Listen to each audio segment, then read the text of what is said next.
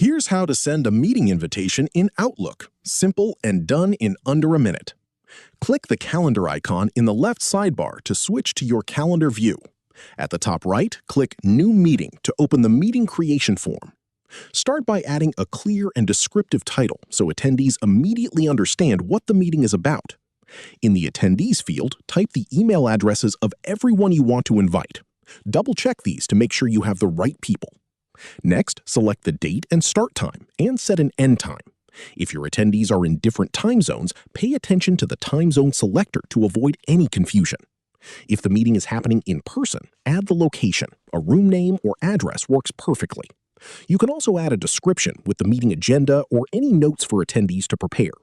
Once everything is filled in, click Send, and the invitation will land in everyone's Outlook or Teams calendar automatically.